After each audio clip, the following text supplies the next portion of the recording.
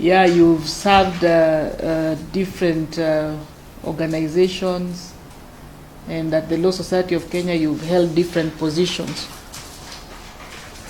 You indicate you are conversant with insurance, intellectual property, energy law, labor, competition.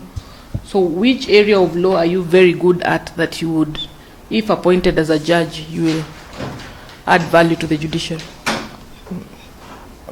I would probably look at constitutional governance, which is the current space that I have been over a long period of time since I have been in public service, and it talks of or what I currently do is mainly ensuring that the constitution, the laws that govern. So constitutional law.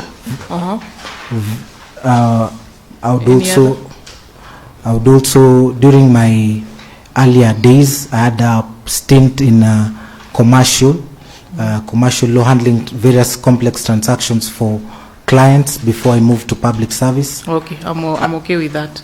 I've gone through your sample writings. You submitted submissions in 2 constitutional petition, a criminal case in the CM's court, and a criminal appeal submission at the Court of Appeal. There was also submissions to the Public Procurement Administrative Review Board. However, 2 of those submissions you shared with us, they are undated and unsigned. Maybe you can explain to us how we can confirm that those were your writings. My apologies.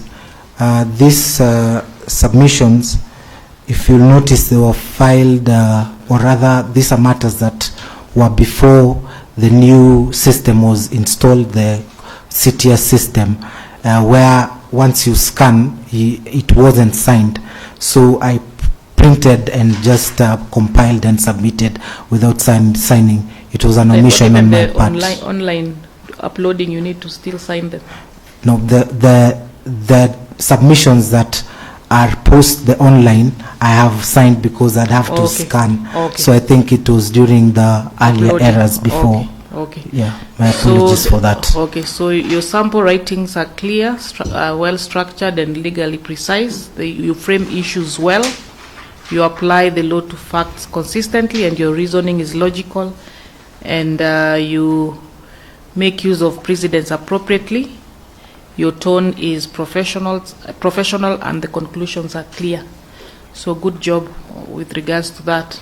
Thank you. In one of the sample writings, that's the case of Julius Ogongo versus the county government of Kilifi, you raised a PO, and in your submissions, you urged the court to dismiss the petition because the court had no jurisdiction, as the matter ought to have been filed before the PP Administrative Review Board. Is there an exception to the application of the doctrine of exhaustion? Because you're arguing that they ought to have, first of all, finalized the matter before the review board, before coming to the court. It was a constitutional petition. So is there any exception to the application of the doctrine of exhaustion? And yes, maybe you can give further details with regards to that. There would be an exception, Honorable Commissioner, to that doctrine of exhaustion, and this would be applying in instances where the party in question has applied for, I would say, reliefs that are in the Bill of Rights, and there is the constitutional aspect that the other bodies that require to hear that matter do not have jurisdiction. That's correct. Thank you, and all the best. Thank you. Thank you, Chair. Thank you, Chair. Good evening. Good evening, Honorable Commissioner. I hope you're not too tired. I'll not take too long. Not at all. Okay, earlier when you were engaging with the Honorable Chair, you mentioned that your success rate is 75%. I would like to understand what success means to you and how you arrived at that figure of 75%.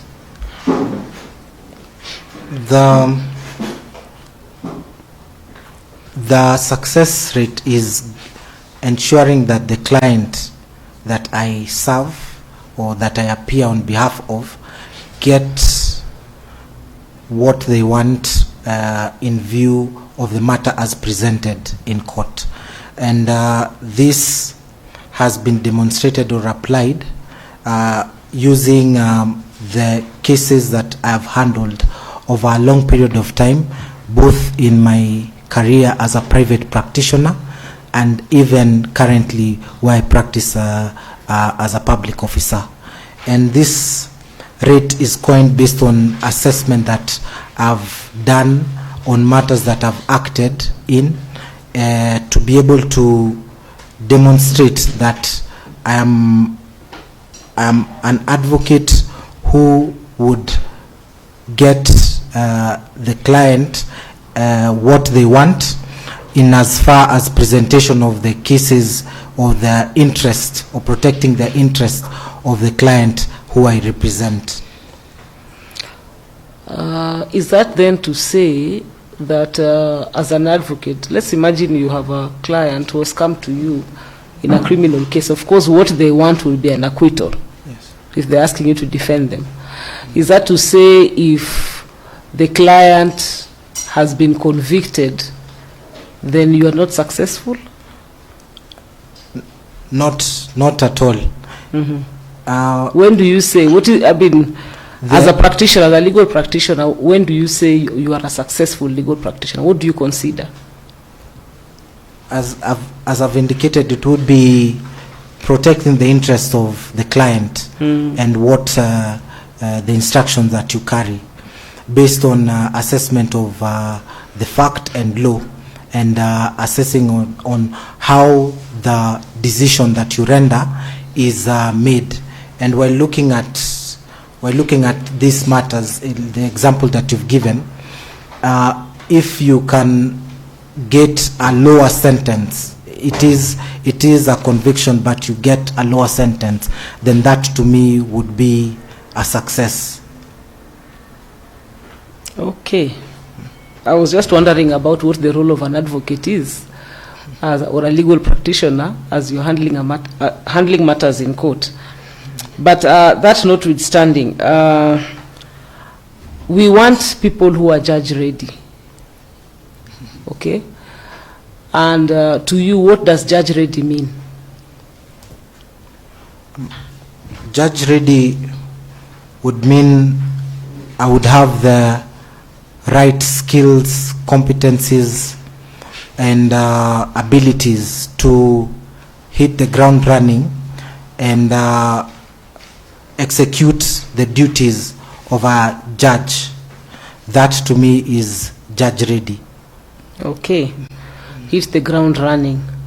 So could you please walk us through the procedure of a criminal trial from start to finish?